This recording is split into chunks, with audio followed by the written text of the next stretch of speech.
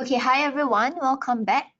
Okay, so for today, we'll be going through our live trading session, right? And just before I start, can you guys hear me clearly and can you see my screen? Okay, so if you guys can hear me clearly and you can see my screen, can you please just put yes under the questions tab? Okay, thank you, Wayne. Okay, and you should be able to see me as well. Okay, but more importantly, to see the screen. Okay, so for today, we'll be going through live trading session. So I hope to keep this session as interactive as I can. Okay, and hello to you, Andre, as well as Megan. Okay, so it's very nice to be back and very happy to meet you guys. Okay, so for today, right, let me just go through what we have first. Okay, so basically for today, I'll be covering the fundamental session and technical session. Okay, so at the same time, if you guys have any charts you want me to look at, please don't hesitate to put them under the questions tab. Okay, so I'll try my best to answer all the questions that we have.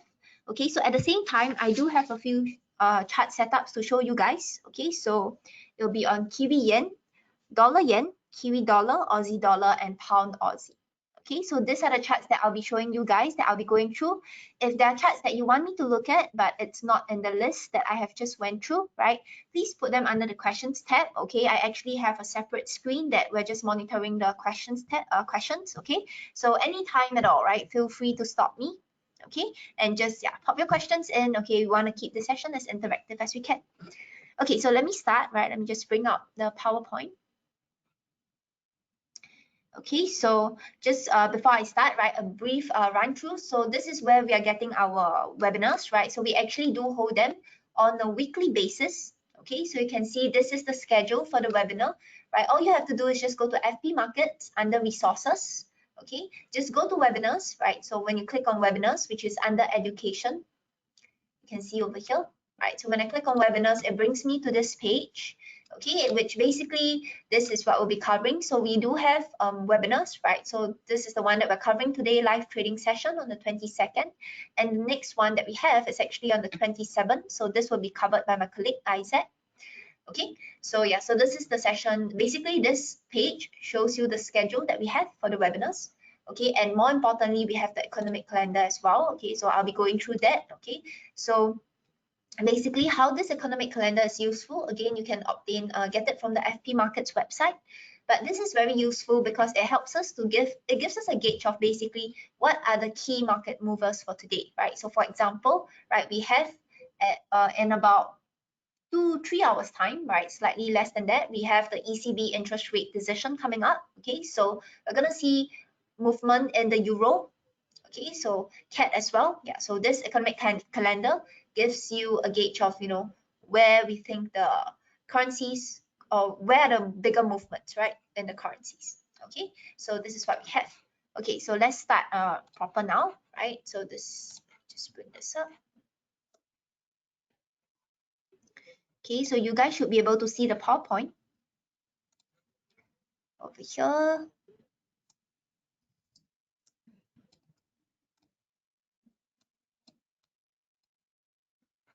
Okay. Okay, so can you guys see the PowerPoint? So over here it should say a live trading session. Okay, so that's the first page. Okay, so for today, right, thank you, Osama, right? So for today, basically, we're going through the live trading session, right? For those of you guys who just joined, welcome. Okay, so I was just telling the rest that like we do have this webinars on a weekly basis. Okay, so you can just check them on the FP website for the schedule. Okay, and also, and at the same time, right, thank you so much, Gerald. Okay, so at the same time, we have I'll be going through this few currency pairs, right? So if this is not in the list that you want me to look out for, right, please put them under the questions tab, right? Currencies that you want me to request for. So the currency pairs that we have, right, will be Kiwi yen, Kiwi dollar, Aussie dollar, as well as pound Aussie. Okay, so a total of 5 currency pairs that I'll be running through, right? And if anything else, right, just put them under the questions tab. Okay, so let's start.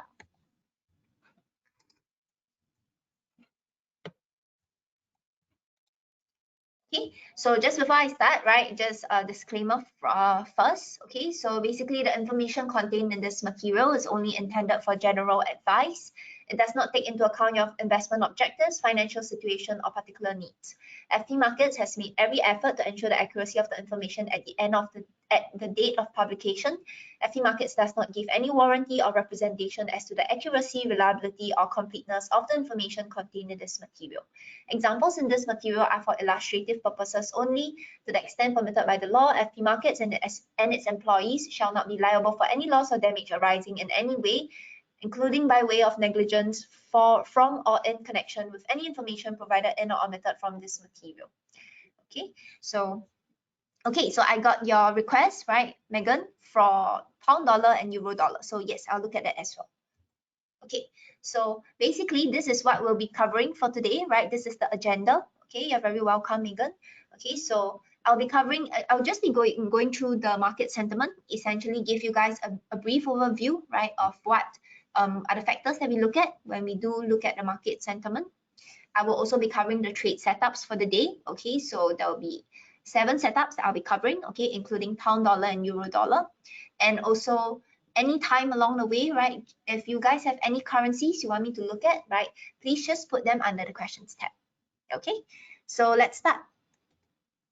Okay, so first thing first, right, we want to talk about the market risk sentiment. So for those of you guys who are in this space, right, for a long time, you more or less understand that, you know, there are 2 parts to trading Forex, right? The first part is on the fundamental analysis. Okay, so this includes looking at what the market sentiment is like for the day.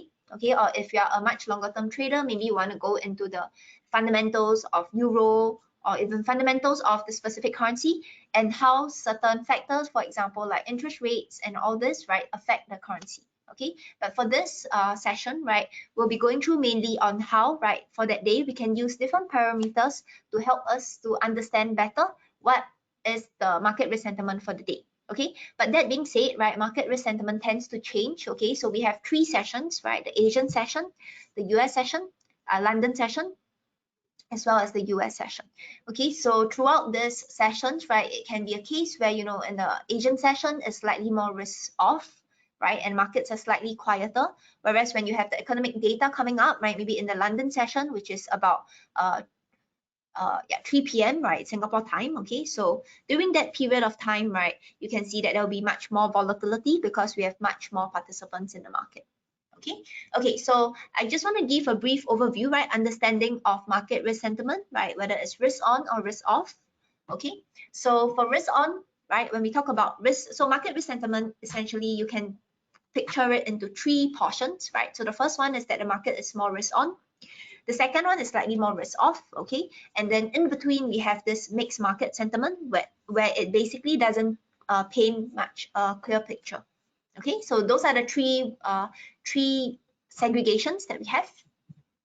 So the first one that we have is risk on, right? So when we talk about market being more risk on, essentially this just means that there's a sizable increase on the stock market. Okay, so essentially investors are more risk loving.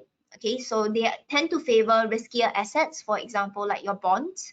Okay, whereas at the same time, they will shy away from the less risky assets or the safer assets, right? So for example, like your bonds, right, your treasury bonds. Okay, so generally speaking, when you are in a risk-on environment, right, where investors are more optimistic of the market outlook, this is when the riskier assets, like for example, your stock market tends to perform well.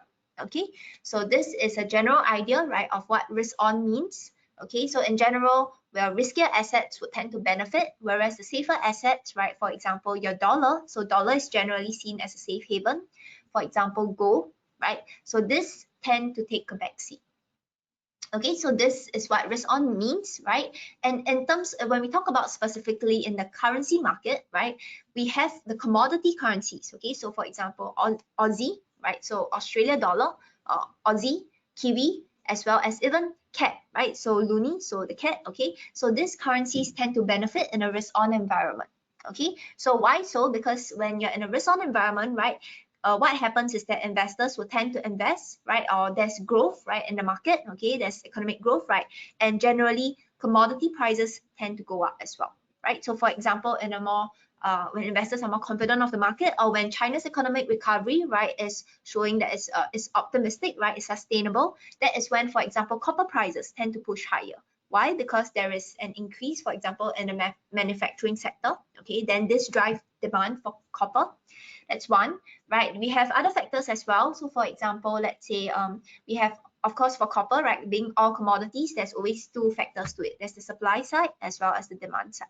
So supply side, you can have, for example, like the South American mines, right, or for example, supply disruptions because of the pandemic. Okay, so because of this, it forces states to go into lockdowns, right, and then this in turn disrupts the supply. Okay, so that's one factor that could cause copper prices as well, right, to drop or to increase. Okay, other factors include on the demand side. So for example, increasing demand from China, increasing demand because there is a shift towards clean energy, right, clean sectors, as well as infrastructure with this multi-billion-dollar plan that by the Biden administration just rolled out. Okay, so with all this in place, right, it's going to drive demand for commodities. Okay, so generally when the economy is healthy, when the economy is optimistic, this is when your commodity prices tend to benefit. Okay, and in that aspect, right, what happens is that the Aussie, the Kiwi, and the CAD, right, so these currencies that are basically linked to commodities tend to benefit as well. Okay, so yeah, so this is what we have, right? So for the risk on currencies, you can see Aussie, Kiwi, CAD, right? So this, we are mainly focused on the G7 currencies that we have, okay, or rather G8 because I included franc as well. But you can see Aussie, Kiwi, and CAD, and then Euro and Pound, right? They are not really commodity currencies per se, right? But basically what happens is that in a risk on environment, right, Euro and Pound tend to benefit, okay? Whereas if investors are extremely cautious, right, this is when they tend to shy away from this risk on currencies. Okay, so the second part of it is actually on risk off. Okay, so just before I go on to the next slide, do you guys have any questions? Okay, any questions, just pop your questions under the questions tab, right? Feel free to stop me anytime. Okay, I have a question by Camille, right? Do you trade oil? Okay, so I don't trade oil. Okay, so yeah, so but if you do want me to analyze oil, right, on the TA chart, I can look at that as well. Okay, so oil is linked to CAD. They are very positively correlated, okay? And other factors that affect oil prices, for example, you have your OPEC news, right? That comes up, okay? So that's one as well. Okay, so Camille, if you have any, if you want me to look at a chart, right? WTI, for example, right? Just put them under the questions tab. I will take a look at them. Okay, so this is the risk on sentiment, right? And the other one that we have is a more risk off market sentiment. Okay, so for risk off market sentiment, right, it's essentially the opposite.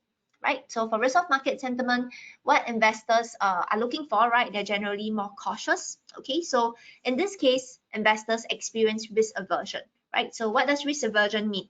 It just means there is a certain level of fear in the market. People tend to be more cautious. Okay, so in this case, you can see that if you are holding, for example, stocks, right, they might potentially close a partial position, take their profits, right, secure the profits.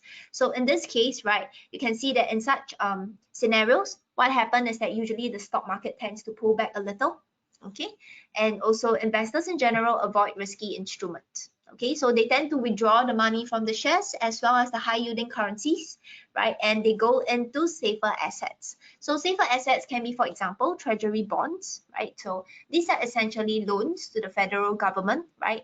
And why is it considered safe? It's considered safe because, right, the rate of default is extremely low.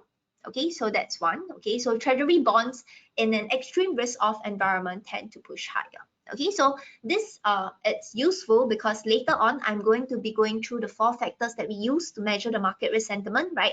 Just looking at it from a fundamental picture perspective, okay, which is why it makes it will help, right, if you can understand exactly what it's going on here. Okay, so essentially for treasury bonds, right, it's a safe asset, okay, because these are loans made to the federal government.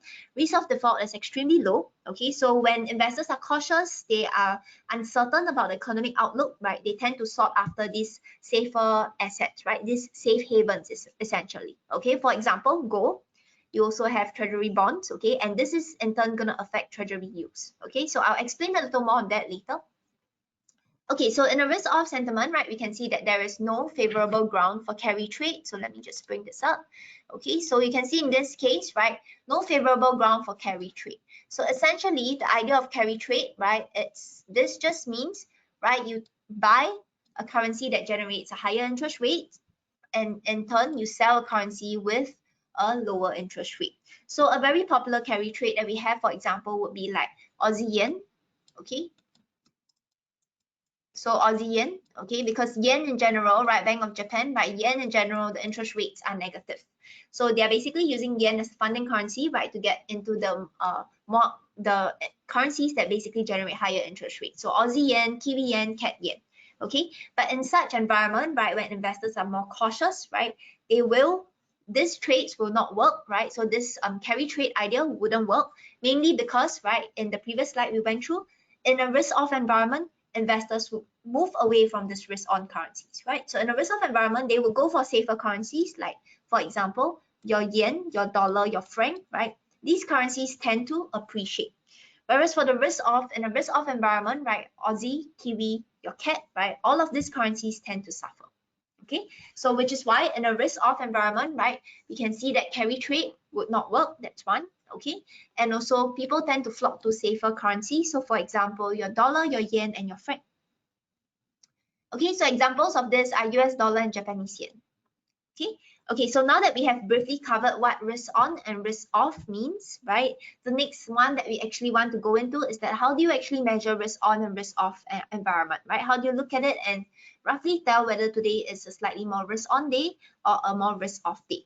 Okay, but also we have to keep in mind that this risk sentiment changes along the way, right, depending on the different sessions, or if there are extreme key news events that come up, it can change the market risk sentiment. Okay, so for example, right, previously when Trump was in office, right, whenever there's a tweet or there is a trade war, right, that happens between US and China, right, you can see what happens, right, is that there is this risk aversion that we experience. Okay, so when Trump wants to wage a war with basically continue on the trade war with China, what happens is that the yen tends to appreciate. So if you look at the currencies, right, Aussie yen, Kiwi yen, right, in this extreme environment, or if there's a sudden news, right, this actually impact the currencies, right, and they tend to push lower. Okay. Okay, so now that we have pretty much covered the risk on, risk off environment, right, what are the 4 factors that we can use to actually measure this risk on and risk off environment, right? So these are the 4 factors that I use, right? So the dollar index, right? So just to give a little bit more explanation on the dollar index first. So dollar index essentially is a basket of currencies, right? So it measures the performance of the dollar against its peers. Okay, so the peers, right, includes Euro, Aussie, Kiwi, CAD as well. So basically most of US largest trading partners. Okay, Euro makes up the biggest percentage of it, about 58% of it, right, is actually included in the dollar index. Okay, so dollar index is a measurement of the dollar's performance. Now, how is this relevant, right, to what we have in terms of the risk on and risk off, right? So it helps in determining the market risk sentiment in general, mainly because for dollar index, right, it measures the dollar's performance, and we know that dollar is seen as a safe haven. Okay, now what do I mean when I say that dollar is seen as a safe haven? Dollar is seen as a safe haven just means that when investors are scared, right, that they are fearful, right, there is this rush for cash. Okay, so they tend to go, right, cash out the positions, right, they tend to hold on to cash, they tend to go into this asset, right, so these are considered safer assets. So in extreme risk off environment, or when investors are fearful, there's a lot of uncertainty in the market, right, this is when your dollar tend to go higher. Okay, so in a risk-off environment, right, I can write here. So in a risk-off environment, right, your dollar index, right, your DXY would tend to benefit. Okay, so dollar index tend to push higher, right, in a risk-off environment. Now, the next one that we have is actually the US 10-year Treasury yield. Okay, so what is this US 10-year Treasury yield? This is actually, right, related to the Treasury bonds, right? So essentially, just think of it that when you loan money to the federal government, right, in return you get interest. Okay, so the US 10-year Treasury yield moves in the opposite direction as the bond prices. Okay, which means to say, right, when bond prices drop, US 10-year Treasury yield goes up. Okay, because these are yields, right? So just think of it like bond prices are the denominator.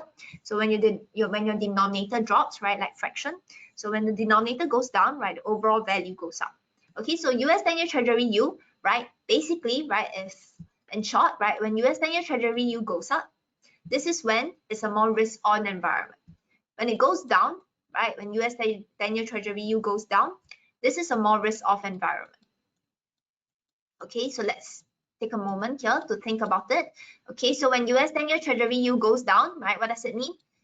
When the US 10-year Treasury yield goes down, it just shows that bond prices are increasing, correct? So when bond prices are increasing, it shows that there is a flock towards this safer haven assets, right? Which is the reason why yields are going down, okay? So when you look at 10-year Treasury yield, when it goes up, it's more risk on. When it goes down, it's more risk off, okay? So not to worry, we will actually hop onto the chart and try to determine these 4 factors later on. Okay, and then we have the SPX, okay? So SPX actually tracks the S&P 500, okay? It's the index that tracks it. So SPX essentially measures the stock market's performance, right? So for stock market performance, when the stock market performs well, right, it's a more risk-on environment. Whereas if the stock market, it's not performing as well, or if we're seeing a huge drop in the stock market, right, this is generally represented as a more risk-off environment. Okay, so these are factors, right, that helps us to determine what is the market sentiment for the day like. Okay, of course, along the way, right, when the different sessions come in, we do have to tweak it a little, right, just to check and make sure that it is still aligned with what we thought. Okay, and the last one that we have is the VIX. So VIX is essentially, you can think of VIX as what we call a fear index. Okay, so VIX is a fear index, which in layman terms, right, essentially it measures the level of fear that we have in the market. So when VIX is low, right, it just means that the level of fear is lower. Okay, so investors are generally more risk loving. Okay, so in this case, when VIX is low, it tends to benefit the risky asset. So it's in a more risk on environment. Whereas if the VIX is higher, right, when VIX is high, it just means that investors are more cautious. Okay, so in this case, this is represented by a more risk-off environment. Okay. Okay, so these are the 4 factors that we use to measure to determine whether it's a more risk-on or risk-off environment over here. Okay, so with that, I'm just going to hop onto the charts, right? And then at the same time, we also have a few charts that we want to look at. Okay, so I'm just going to go through this and use what we have basically covered, the framework, and try to help us to determine whether today is a slightly more risk-on or risk-off environment. Okay, and at the same time, if you guys have any questions at all, right, don't hesitate to put them under the questions tab. Okay, so let me just hop onto the charts. So like what we covered just now, right, the first one that we have, okay, so the first one that we have is on the dollar index. Okay, so dollar index, it measures the dollar's performance against a basket of currencies, right, against its peers mainly. So you can see on the 4 hours time frame, the dollar index, right, has been pushing higher. So generally, I just looked past the 2 candles to give us a general performance of how the dollar index is like. So you can see in this, in the past 4 hours that we have, right, dollar index has been going up over here. Okay, so with dollar index going up, can you guys tell me, is it more risk on or is it more risk off? Okay, so type your response under the questions tab, right? So you think with this, right, looking at what we have currently right now, do you think it's slightly more risk on or is it slightly more risk off? Okay, so dollar index is pushing higher over here. Okay, yes, okay, so I do have, right, yes, okay, so there's less risk, so it's slightly more risk off. Okay, so yes, you're right. Okay, so yep, Gerald, James, Andrea, Camille, right? Okay, so today is slightly more risk off over here, just based on dollar index factor. The next one that we want to look at is the US 10-year Treasury yield. Okay, so US 10-year Treasury yield, it goes in the opposite direction of bond prices. So in general, when the yields are high, it's more risk on. When the yields go lower, it's more risk off. Okay, so US 10-year Treasury yield over here. Okay, so you can see over here on the yield on the 4 hours, right? This level. Okay, so same thing, right? Same question. Do you think this is slightly more risk on or is it slightly more risk off? Just looking at the US 10-year Treasury yield. Okay, so again, please type your response in the questions tab, right? So do you think it's more risk off or do you think it's more risk on? Looking at this 10-year Treasury yield, right? So yields generally, right? When it pushes higher, it's more risk on. Okay, whereas if it pushes lower, it's more risk off. Okay, so for the yield, right, perfect magnet. Okay, so for the yield, it's more risk on. Okay, so most of the time, right, yes, basically it's the opposite. Exactly. Okay, Camille, you got it. Okay, so most of the time, right, when we look at the picture, ideally, right, it paints an extremely clear picture, but sometimes it is not the case. Okay, you can see for the dollar index, it's telling us that it's slightly more risk off, whereas for the yield, it's going up, it's more risk on. Okay, and then we have the VIX. So VIX, it's fear index. Okay, so you can see for the VIX, I would say that on the 4 hours, right, the previous candle was green, so pushed up slightly, but right now, you know, it's, I would say pretty muted for the VIX. Okay, you can see for the VIX, right, for the previous 2 candles, it's barely trading, barely moving at all. Okay, so VIX is pretty flat. And the final one that we have, right, it's actually the SPX. Okay, so SPX is the stock market's performance. You can see that it has still been pushing higher over here. Okay, so SPX is more risk on. So for today, right, it's a slightly mixed market sentiment, mainly because the factors doesn't align as nicely. Okay, there are tongue-tied, but there are days where you actually see that there are factors that line up very neatly to show us whether it's a very clear risk on or risk off environment. But basically, this is how I use the framework to help me to determine, right, if there are any risk on and risk off environment. Now, how does this help in our trading? This helps in our trading because if you recall just now, right, I actually went through the different currencies, right, whether they are parked under risk on or risk off. So in this case, right, basically what happens is that if we have an extremely clear picture of whether it's a risk on or risk off, right, basically what we want to determine as well, we want to be careful. How do we be careful? So for example, if I have determined that today is an extremely risk on day, right, I might want to be careful shorting, for example, or selling Aussie yen. Okay, just an example. Okay, I have a question by Megan, right? When checking market sentiment, is 4 hours or daily charts better to look at? Do you look at trend or recent candle? Okay, so Megan, just purely on this this part, right? I look at the 4 hours, okay, because I think it gives a more accurate measurement, right? And I only look at the recent candle. Okay, so yeah, so you can look at the trend, but even if that is the case, right, you can see on the SPX, right, it has been making higher highs and higher lows. Okay, it also failed to break past the previous low as well. You can see here. Let me just remove this. Okay, so at this the market structure is still holding over here. Okay, so this is on the stock market. Okay, but generally when I look at it, right, I just look at it based on the candle itself. You're very welcome, Megan. Okay, so yeah, so this is what we have right now, right, in terms of the risk on and risk off environment. Okay, so the next part, okay, so now that we've pretty much concluded today, it's a slightly mixed picture. Okay, you have two indicators showing you that it's risk on, whereas on the flip side, the other two, right, the dollar index and the VIX, are showing you that it's a pretty mixed picture. Okay, now that we have that in mind, right, let's just look at Kiwi yen and dollar yen. Okay, so let's see. Okay, so I'm gonna explain the setup on Kiwi yen, right? Okay, so Kiwi yen over here, this is interesting. So you can see on the monthly time frame, right? Monthly picture, basically on Kiwi yen, you can see the trend line has been broken. Okay, so previously the downtrend line from all this, right, price broke it, and right now it's pushing higher. But on the bigger picture, you can also see that at this level, right, prices are also sitting on this resistance level that we have over here. Okay, so it's currently sitting on this resistance level on a monthly time frame. You can see it in close, right? For those of you guys who prefer the close charts, in candles as well, you can see that it was the high in 2018. So over here. Okay, so let's go on down. Oops. Let's go down, right, to the weekly time frame.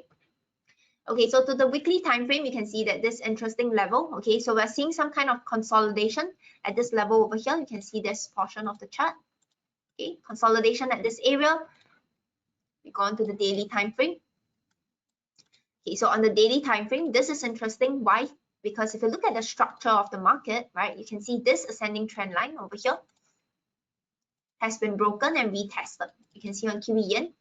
Okay, so you can see this ascending trend line level has been respected multiple times previously. You can see here, tested once. Let me just draw the markings. Tested once here, tested 2 times, came back, tested again. But over here, it was a clear break below this level. And right now, prices are sitting on this level again as a resistance. You can see, just look at market structure over here. Okay, so over here, price broke the previous low. You can see this low here. It broke the previous low. It broke the trend line. And right now, it's making a pullback to test the trend line. And also, it is sitting on the monthly high.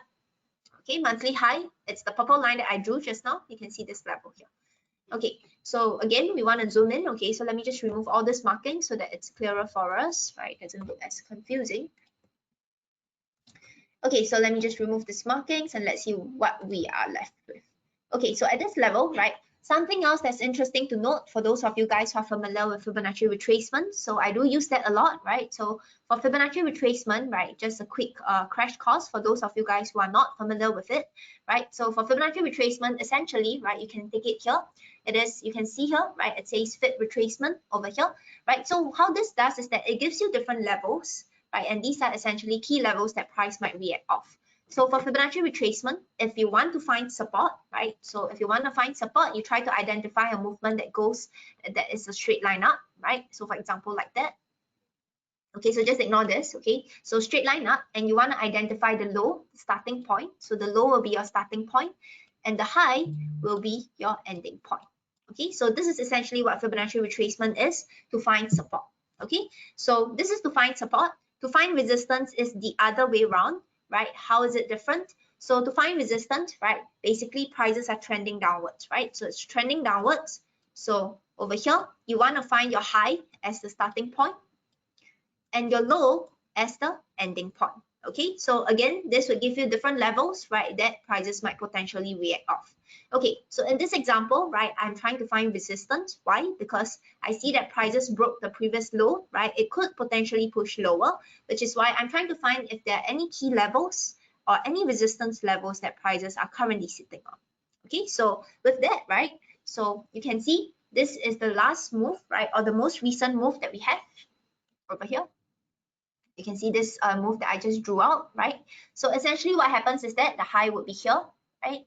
And the low would be here, okay? So this is the high and this is the low. Okay, so to find Fibonacci retracement for resistance, I want to start from the high to the low, right? So that's what I'm going to do right now, right? So essentially, I'm going to take out my Fibonacci retracement over here. So Fibonacci retracement, I'll take out the high, right? So start from the high. I'm just going to turn on the magnet mode because the magnet mode helps me to capture specifically that point, okay? So I don't have to squint my eyes to get it out. Okay, so high to low. Okay, so at this level, right, you can see, let me just open up all the retracement levels, right, just to show you guys. So let me just go on to the default, right? There should be a default settings. Okay, so essentially, right, I don't really, okay, yeah, so these are all the Fibonacci retracement levels. If you open up on TradingView, right, these are the levels that are given to you as well. Okay, so key levels that I like to look at, it's the 61.8 as well as the 78.6. Okay, so these are the two levels that I find extremely useful. Okay, and usually when price react off these levels, right, you can also consider the negative 27 as a key level because negative 27 can be very useful as the take profit target. Okay, so negative 27 is one, and the other one is actually negative 68. Okay, so these are all the levels, and I'm just going to remove all of the rest, okay, because they are relevant, but I do not want to overcomplicate the chart. Okay, so I'm just going to open up this level so you can see the 78.6 retracement over here. Okay, so this is interesting, right? Let me just remove all these markings and let's see what we are currently seeing right now. Okay, so at this level, you see that price broke the structure previously, and right now it actually spiked to the 61.8 retracement.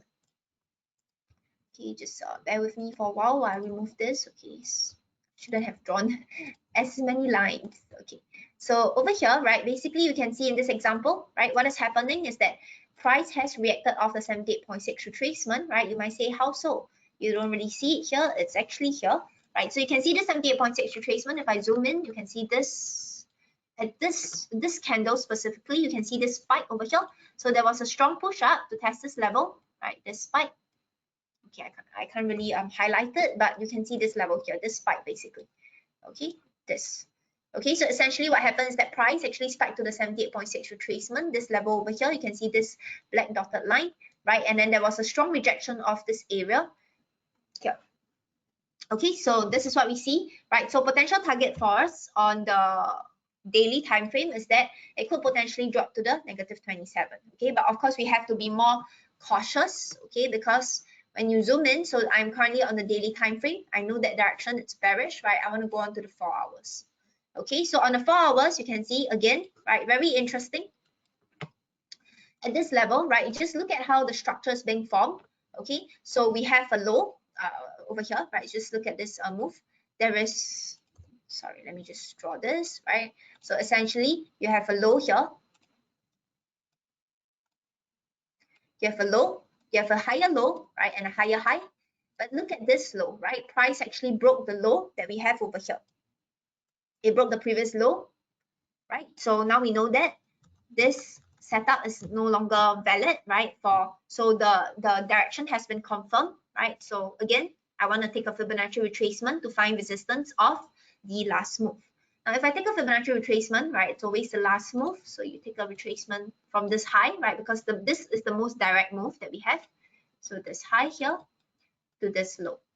Okay, so when I do that, open up the key retracements over here, high to low.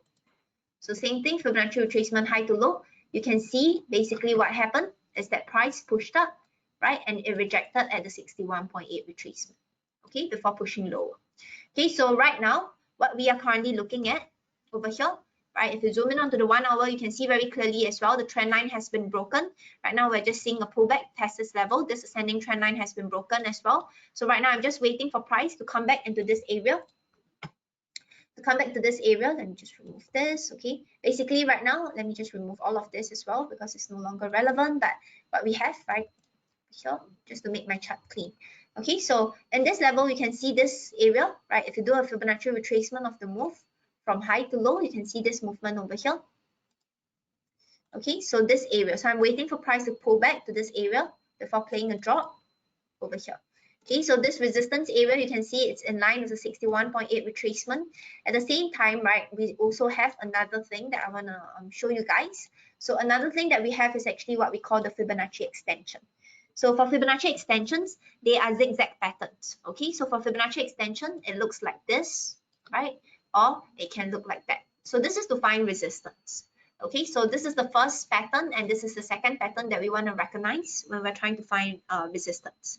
Okay, so in this case, right, you can see this is the Fibonacci extension that we have, this zigzag pattern, you can see here. Okay, so this example, this is one. The other one that we have, it's this pattern here. Okay, so there are two Fibonacci extensions that I can check. Now, can you guys tell me, right, with what I've drawn, do you think it corresponds more to the first pattern that I see or the second pattern? Right, so just give it a guess. Do you think this Fibonacci extension actually looks or correspond more to the first one that I'm looking at or the second one? Okay, so see if you guys can see it, right? So we're trying to find as much as possible, basically confluence levels that line up at this level. Yes, a perfect, Megan, right? So yes, it's the first one, right, that we have. Okay, so Bartholomew, right? So it's more of the first one than the second one. Okay, so yes. Okay, so basically for the Fibonacci extension, it's the first pattern that we're looking at. Now, why is this important? This is important because when I'm drawing my Fibonacci extension, I need to identify the point that we have. Okay, so in this case, right, you want to identify the 3 points that you're taking, because if you want to find Fibonacci extension, you need to identify 3 points that you want to take to project to how far price might go to. Right, so in this case, you can see that in this example, right, given how I draw the zigzag, the turning point will be the point of my Fibonacci extension. So this will be the first point, the second point, and the third point. Okay, so correspondingly, right, this would be the first point, the second point, and the third point. Okay, so when I do that, right, I'm going to take my Fibonacci extension over here. So this, right, you can see it's under the start ones, right? So I do use it a lot, trend-based Fib extension. First point, second point, third point. Okay, so you can see in this example, right? So usually the extension that I often use would be the 61.8, the 100%, or the 78.6. These are the 3 more common ones. Okay, so these are the ones that I toggle with. Okay, there's no specific one. Rather, that what I do is that I try and look at the market structure. Right, so if there's a break of the low, right, at the same time there is a pullback, right, to test this Fibonacci confluence levels, which essentially means that you have a level, right, where it looks there's a structure there.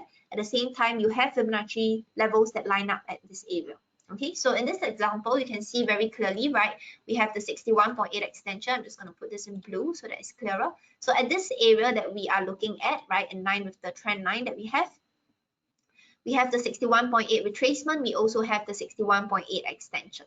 Okay, so this is what we have right now, right? So if price makes a pullback, right, this presents a good opportunity for us right? And where I would play my take profit target to, right? This level here, the previous low, okay? Because this is where we saw a strong push down and a rejection, right? We saw rejection here once. So this is a level that has been respected by price as a resistance. So this is the first level that I want to consider, right? Following a break of this level, I can play to the next take profit target that we have, which is at the -68. Okay, so in terms of the stop loss level over here, right, what you want to do, I want to consider putting it above this high, okay, this high over here. Okay, so this would be the trade. Okay, so this is on Kiwi Yen. Okay, so the next one that I will be looking at is on dollar yen. Okay, so let's see what we have on dollar yen. Okay, so same thing. Okay, so on dollar yen, again, we want to go on to the bigger picture first. So it's always from the bigger picture, and then we try and work our way down from there. Right, on the bigger picture, you can see very clearly on dollar yen, it's bullish. Okay, why? Because the trend line has been broken over here. You see that there was a lot of rejection of this area, but trend line broke, right? Price is currently making a pullback. So same thing, I want to just do a Fibonacci retracement of the move. From low to high, take out the Fibonacci retracement. You can see this key level, 61.8, 78.6, right? We're still seeing room for more pullback before it reaches this level. Go on to the weekly time frame. On the weekly time frame, okay, so weekly time frame, you can see the last trend line that we have. So prices are forming lower lows, lower highs. But if you draw this trend line, okay, you can see prices are kind of sitting on this ascending trend line that we have right now. Okay, so let's go on to the daily time frame. Okay, so this is what we have on the daily time frame. Over here, same thing. I can take a Fibonacci retracement of the move from low to high. This is the one I'll take, right? And the other one I'll take is from this low. So low to high here and low to high here. Okay, oops. Okay, so let me just try and remove this. Okay, so when we take a retracement of this move from low to high, right, you can see that, right? So one more thing that I haven't shared yet is that when this retracement level, so these are the key retracements I look at, not to say that the others are invalid, okay? But if the 78.6 retracement is broken, which you can see very clearly over here, price broke it and tested this level before pushing lower. The next level that we want to look at is actually the 127. Okay, so I'm just going to open this up, right, over here.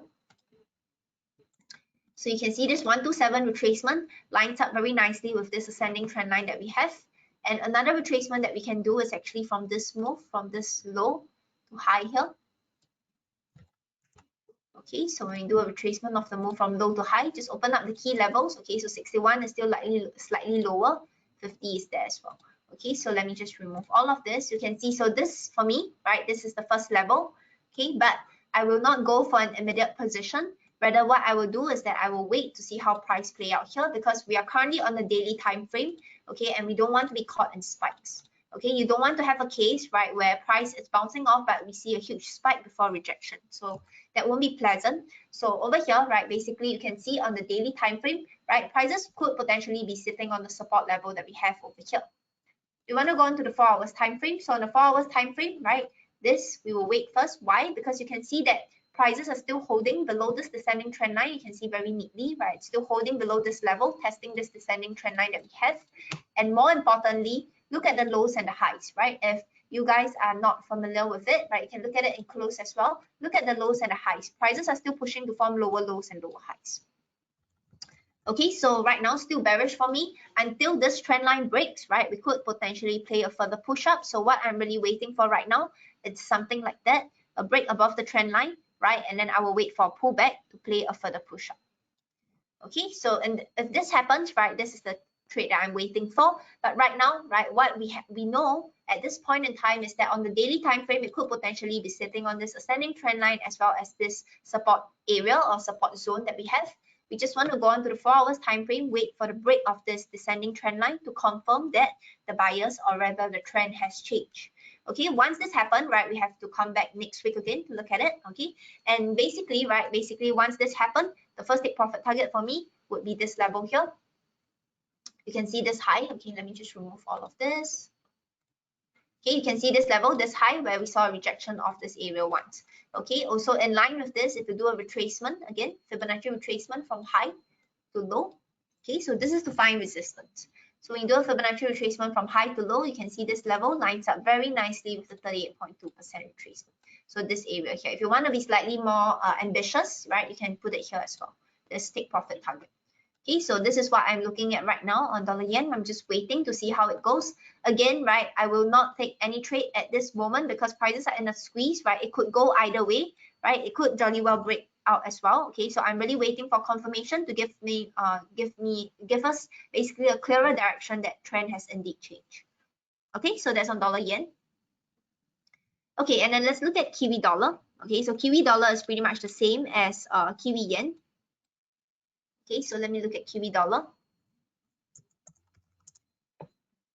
Okay, and then I'm just going to hop on to some of your charts first, right? Because I do have 2 requests for pound dollar and euro dollar. So let me just hop on to that later on as well.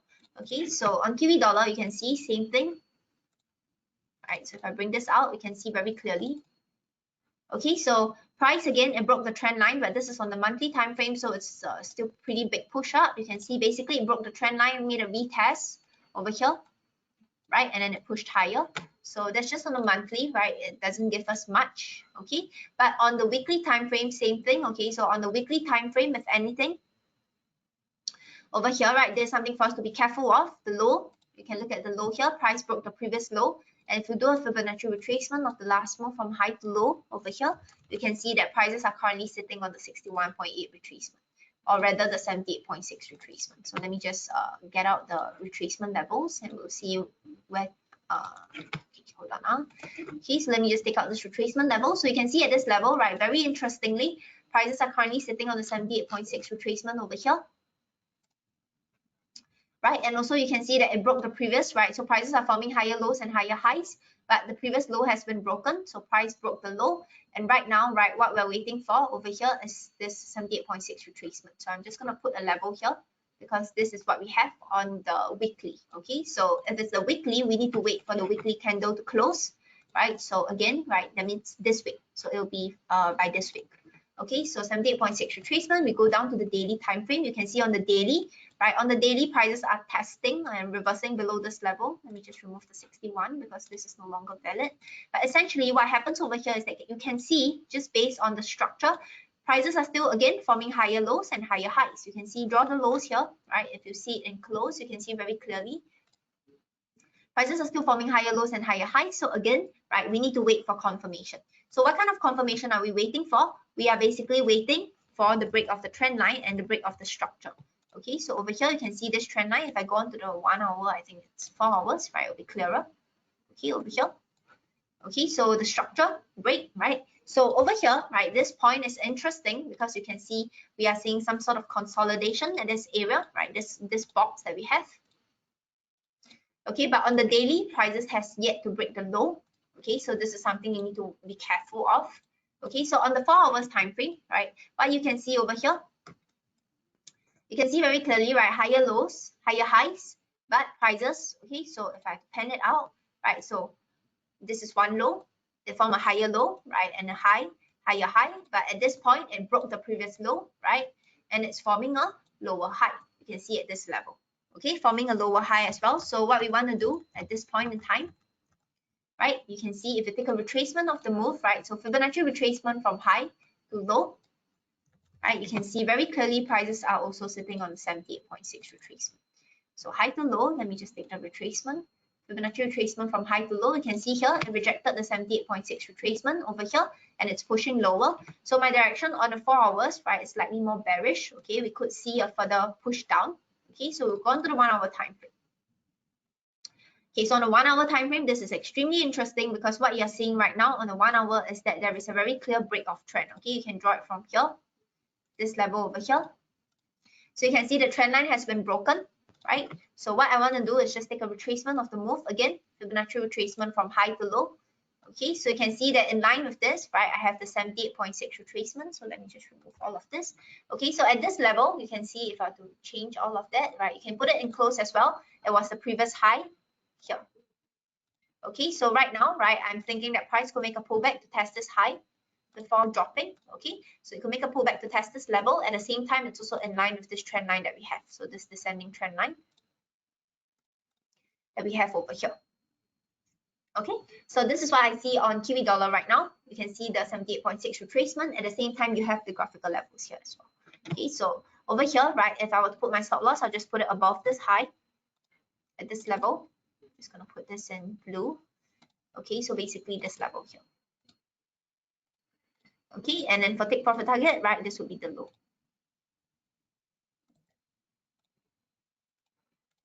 Okay, so this is what I see on Kiwi Dollar. Okay, so Megan, right, you asked a really good question. So how do you get a blackout line on your candles on TradingView? Mine are just red and green. So what I did is that I actually added an EMA to it, right? You can add a moving average or EMA, just tag it to 1. Okay, so this is essentially prices in close, right? So you can just, it's the same as prices in close. I just put it in EMA so that I can look at both the candles and close at the same time. Okay, so so this is one way you can do it, right? So the black line is basically just the EMA with the level change, the length change to 1. Okay, so then let's look at euro dollar and Kiwi dollar, because I mean euro dollar and pound dollar. Okay, so for euro dollar, right, so same thing, we go on to the monthly time frame. So on the monthly time frame, you can see that downtrend line has been broken. Right now, in terms of the market structure, just look at the lows and look at the highs, right? Prices are still pushing to form higher lows and higher highs. Okay, so let me just remove all of that. So same thing with us, right? Fibonacci retracement of the move from the last move here, low to high, you can see very clearly price sits on the 78.6 retracement. We saw a rejection. That's on the monthly time frame. Okay, you can see this level, it sits on the 78.6 retracement. Right now we are on the weekly picture. So the weekly picture is slightly more tricky. Why do I say that? Because you can see this trend line here. So the weekly picture is slightly more tricky because at this level, right, if we do a retracement of the move, the last move, again, Fibonacci retracement from high to low.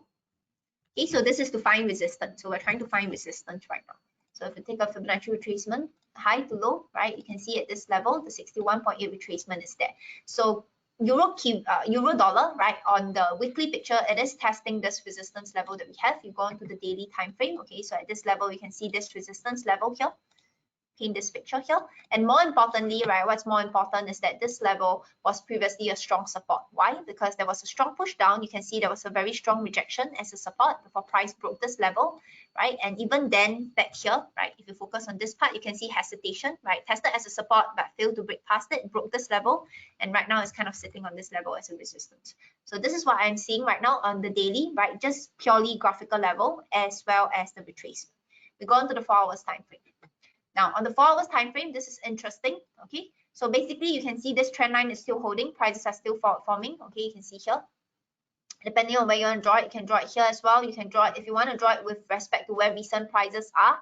You can draw it here, the latest one. Okay, so still pushing higher. So same thing, right? Basically, what I'm really waiting for on euro dollar is the break of the structure. So right now, it has not broken yet. Okay, so if it hasn't broken, and given that we are actually looking at this candle on the weekly, right? I'll just wait for next week to see how prices close here, because there's a case that there could be a huge spike up, and I don't want to be caught in that.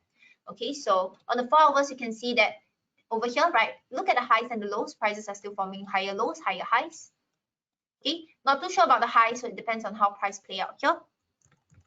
But right now, to be really honest on euro dollar, right, what I'm looking for right now is just key levels. Okay, in terms of setup, it's not extremely clear. Okay, you can go into the 1 hour time frame and see how it goes. So on the 1 hour time frame, you can see this level, right, this ascending trend line. You look at the highs and the lows as well. Prices are still pushing to form higher lows and higher highs. So on the 1 hour, right, it's clear over here. You look at the structure, right, the lows, the highs, the lows here. Okay, so it depends on how price play out. But what we can see is that, right, it's currently sitting on the 78.6 retracement. You can see if I do a retracement of this move from high to low over here, okay, or rather 61. Okay, so you can see this level, right, price came very close to the trend line as well as the 61 is kind of reacting. So if anything, right, what I'm really waiting for, it's a break below this trend line. Okay, once price break below this trend line, make a pullback, right, I think we can play a further drop. Okay, but until that happens, right now it's still holding above the trend line. So there's always a chance that it could push higher. Okay, so yeah, so for euro dollar, right, if given that it's sitting on the weekly resistance, right, just wait for how, next week, see how it plays out. If it closes below, right, for next week, we just need a confirmation of the break below this ascending trend line. You can see on the H1. Once that is done, right, I think we can take a shot on euro dollar. Okay. So that's what I see right now, right? Right now at this moment, because it's still holding above the trend line, there's always a chance that it could push higher. In fact, anything, right, you can see this retracement level is still sitting on this level. So if you want to do a short-term play, right, there is potential for it to push to the -27 as well, in line with this level here. But personally, right now, the setup is not clear for me on euro dollar, so there's no setup for me right now that I will take. Okay, but these are just key levels for us to be careful of. And let's look at pound dollar. Okay, so pound dollar, same thing, monthly time frame, nothing much, right? There's nothing much we can see from the monthly time frame. On the weekly time frame, you can see this level. If we do a Fibonacci retracement of the move from low to high here. Okay, so same thing, trading in between the 61 and 78.6 retracement.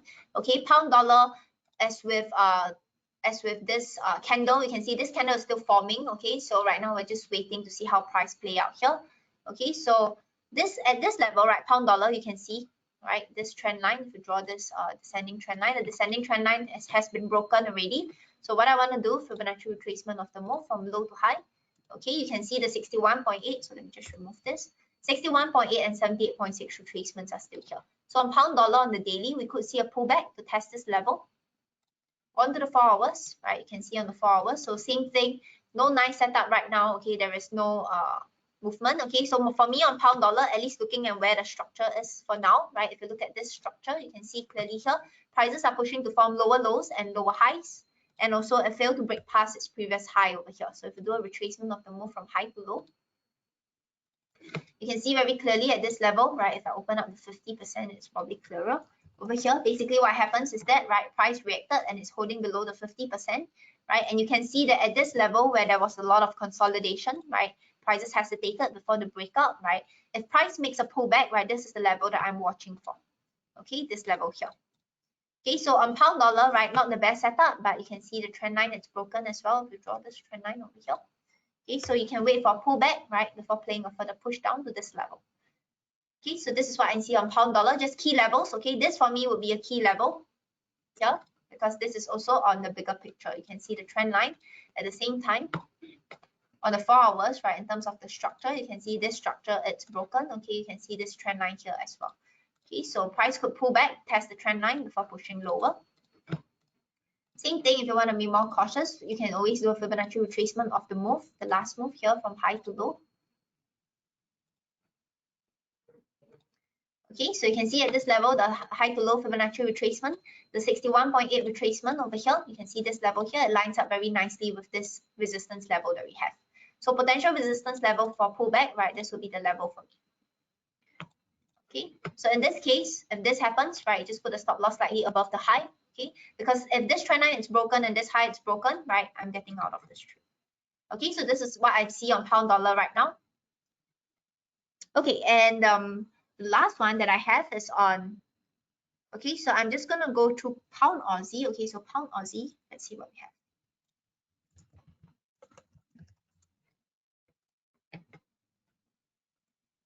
Okay, so on pound Aussie, right, same thing on the monthly picture. Okay, so monthly you cannot really tell, right? Prices are just forming lower lows, lower highs over here. You go on to the weekly time frame. Okay, so weekly time frame, this is interesting because at this level, if I do a retracement of the move, so I do a Fibonacci retracement of the move from low to high here, right? Let's just see what we have. So when we do a retracement of the move, Fibonacci retracement from low to high, right? What is interesting is that at this level, if I open up the key retracement levels, you can see that price actually spiked very neatly to the 78.6. It's kind of holding at this level right now. Okay, so this, what I'm waiting for right now on pound Aussie, so you can see that this is a support level over here. This is the high that has yet to be broken. Over here, you can just see this level here. You can see if I drag it across, it was a very clear support resistance level here.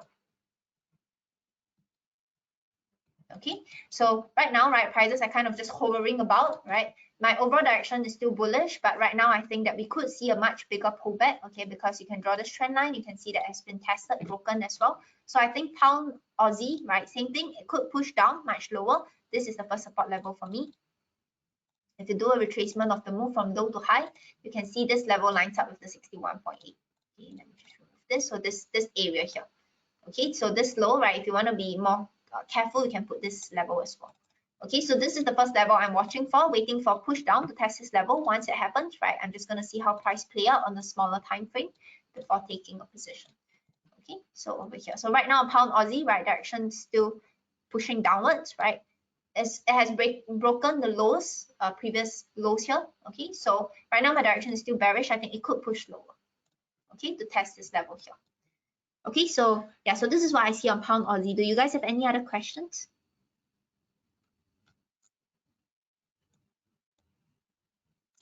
Okay, so if you guys have no other questions, I think that's about all the time that we have for today, right? So thanks everyone for staying with us till then. I hope that this session was useful, okay, in terms of how we can combine the multi-level, multi-time frames, as well as how we can use the retracement levels as well as graphical levels to help in our trading. Okay, so thanks everyone, right? Trade safe. You're very welcome, Camille, James, and Megan, right? Yeah. So I'm glad that you guys find this session useful, right? So thanks everyone. Stay safe, trade safe, right? And we will catch you guys again next next week. Okay. So thanks everyone and goodbye.